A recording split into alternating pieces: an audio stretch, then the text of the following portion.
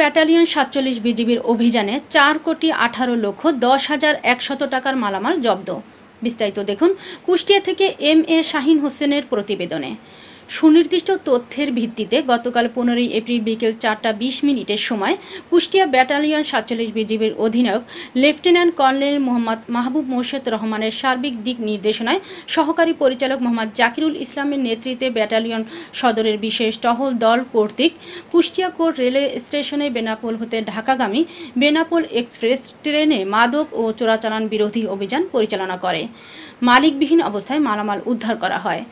8 বোতল 50 ml LSD প্রতি 100 ml 1,04,00,000 টাকা হিসেবে 4,16,00,000 টাকা ও 948 পিস বিভিন্ন ধরনের সিটি গোল্ড ইন্ডিয়ান জুয়েলারি সামগ্রী 2,10,100 টাকা।